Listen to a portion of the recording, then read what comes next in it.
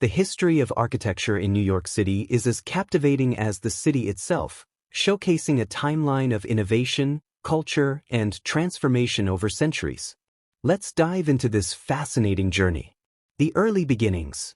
Dutch colonization, 1600s. New York's architectural history begins in the early 1600s when it was a Dutch colony known as New Amsterdam. During this period, buildings were primarily made of wood with steep roofs and gables, reflecting Dutch design. The most iconic structure from this era was Fort Amsterdam, a fortification built to protect the settlement. Dutch windmills and simple farmhouses dotted the landscape, designed for practicality and influenced by the architecture of the Netherlands. The British influence, 1700s. In 1664, the British seized New Amsterdam and renamed it New York. The architecture of the city began to reflect British colonial styles, with brick buildings and Georgian design elements like symmetry, pediments, and classical details. Notable examples of Georgian architecture included the first iteration of St. Paul's Chapel, 1766, which showcased arched windows and intricate woodwork. Trinity Church, built in 1698 and later rebuilt in 1846, became a prominent example of colonial architecture, symbolizing the city's growing importance. The rise of Federal and Greek Revival styles, late 1700s to early 1800s. After the American Revolution, New York's architecture evolved to showcase the ideals of the new nation. The Federal style, characterized by brick facades, elliptical fanlights, decorative ironwork, and symmetrical proportions, became popular. Wealthy merchants built elegant townhouses in areas like Greenwich Village and the South Street Seaport. Notable examples include the row houses at 2 to 14 Leroy Street.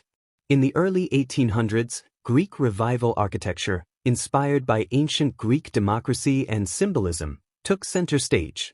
Public buildings like the Merchants Exchange Building, 1825, and Federal Hall, 1833, with their grand columns and pediments, reflected the nation's aspirations of progress and stability.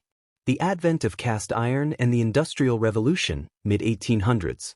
By the mid-19th century, New York was rapidly industrializing, and its architecture embraced new materials and techniques.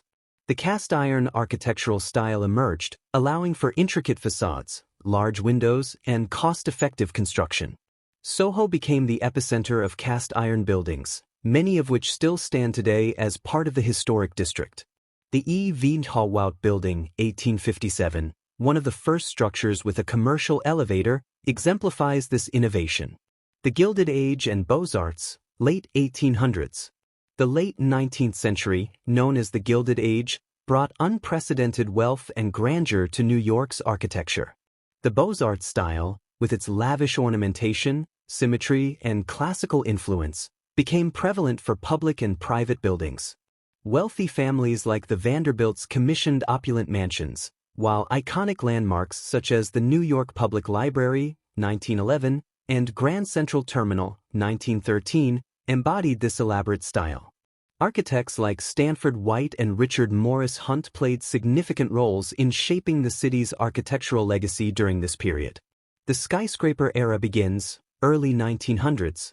The early 20th century marked the birth of the skyscraper, thanks to advancements in steel construction, elevators, and urban planning. New York's skyline began to rise with the construction of the Flatiron Building in 1902, its triangular design becoming an instant icon.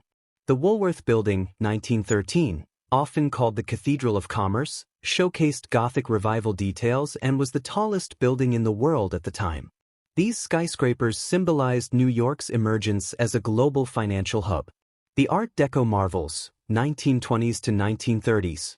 During the Roaring Twenties and the Great Depression, Art Deco emerged as a defining style of New York's architecture.